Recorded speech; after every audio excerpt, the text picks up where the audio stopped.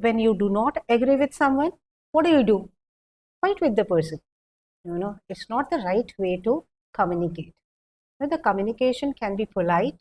When we are learning English, we should understand that English is a very polite language, and we have different ways to express our disagreement. If you do not agree, no problem. But instead of fighting or quarreling or having a debate with the person, we can express our disagreement politely. And there are few phrases which can be used. For example, that's partly true. ये एक तरीका हो सकता है. That's partly true. मतलब आपकी पूरी बात मुझे नहीं सहमत हो रही है, लेकिन उसका कोई पार्ट है जो मुझे लगता है कि सही है, मैं एग्री कर सकती हूँ या मैं एग्री कर सकता हूँ. That's partly true can be used to express your disagreement. I see your point, but ये दूसरा तरीका हो सकता है. आप कह सकते हैं मुझे आपकी बात समझ में तो आ रही है, लेकिन जैसे आई सी योर पॉइंट बट, आपकी बात शायद सही है, लेकिन इस लेकिन के आगे आप अपना ओपिनियन डाल सकते हैं. Well, you could be right.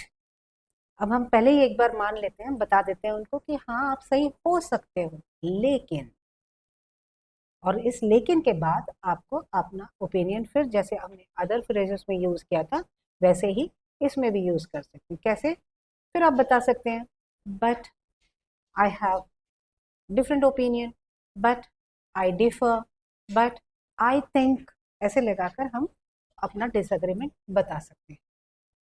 Another way could be I don't think so. अब आप डायरेक्टली बोल सकते हैं आई डोंट थिंक सो, मतलब मेरे विचार आपके विचारों से अलग हैं. I do not agree with what you say. One very humble way can be I beg to differ. I beg to differ. ये फ्रेज नॉर्मली फॉर्मल सिचुएशंस में यूज की जाती है. I beg to differ. To some extent I agree with you but. मुझे आपकी बात थोड़ी सहमत तो हो रही है, मुझे आपकी थोड़ी बात अग्री होती है, लेकिन फिर बट लगा दिया. जैसे ही हम बट लगाते हैं हम अपना ओपिनियन साफ कर सकते हैं, हम अपने ओपिनियन को साफ साफ सामने रख सकते हैं. इट साउंड्स इंटरेस्टिंग बट, ये बहुत मनोरंजक लग रहा है, अच्छा तो लग रहा है सुनने में, हमने लगा दिया बट. अब बट लगाते ही जैसे हमने पहले बात की थी कि आप अपना ओपिनियन यहाँ पर रख सकते हैं, वैसे ही हम कह सकते हैं दैट्स ट्रू बट, आ गया ना बट फिर से. One more could be me too but, मैं भी ऐसा सोचती हूँ लेकिन. या फिर आप स्ट्रेट अवे कह सकते हैं I am afraid I don't agree. मैं आपसे बिल्कुल भी एग्री नहीं करता हूँ, ये आप साफ साफ भी कह सकते हैं, लेकिन हम पहला फ्रेज लगा रहे हैं आई एम अफ्रेड, तो हम सामने वाले को ऑफेंड नहीं कर रहे होते हैं. या थोड़ा न्यूट्रल ओपिनियन देना है तो हम कह सकते हैं I am not so sure about that. I am not so sure about. और ऐसा कहने से आपने हाँ भी नहीं कहा और नहीं भी नहीं कहा. That's not how I see it.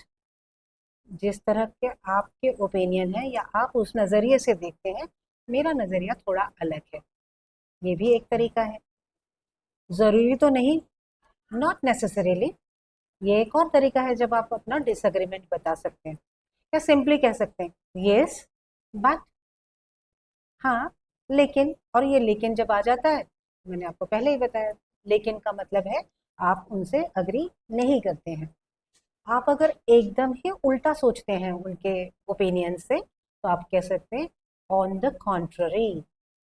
On the contrary मतलब मैं आपसे बिल्कुल भी अग्री नहीं कर रहा हूँ या कर रही हूँ, मैं उसका उल्टा सोचती हूँ, और उल्टा जो सोचते हैं वो आपको पुट फोर्थ करना पड़ेगा. अगर आप दोस्तों के बीच कम्युनिकेशन कर रहे हैं तो वहां पे आप स्ट्रेट अवे कह सकते हैं नो वे, बिल्कुल नहीं, मैं नहीं मानता. या आप कह सकते हैं I totally disagree. I totally disagree. That seems obvious but. That seems obvious but, ऐसा बहुत साफ लगता तो है कि बहुत ऐसा हो ही सकता है, लेकिन फिर भी मेरा ओपिनियन अलग है. सामने वाले को हर्ट नहीं करने का एक और तरीका है, पहले ही मान लो कि मैं आपको एक्सेप्ट कर दूं. I accept what you are saying but, फिर हमने बट लगा दिया और अपना ओपिनियन रखने का मौका हमने हमारे लिए रख लिया. डिसएग्री होना हमारा ह्यूमन क्वालिटी है, हमारे ओपिनियंस अलग अलग हो ही सकते हैं, सिर्फ उन ओपिनियंस को हमें सही तरीके से सामने रखना है। यही सीखेंगे तो कम्युनिकेशन भी सही हो जाएगा, और सही कम्युनिकेशन से आपकी पर्सनालिटी भी, सही तरीके से कम्युनिकेशन करने से ही आपकी पर्सनालिटी भी पॉजिटिव हो जाएगी, और धीरे धीरे आपके आसपास सब कुछ पॉजिटिव हो जाएगा। So let's learn English in a very polite and decent way.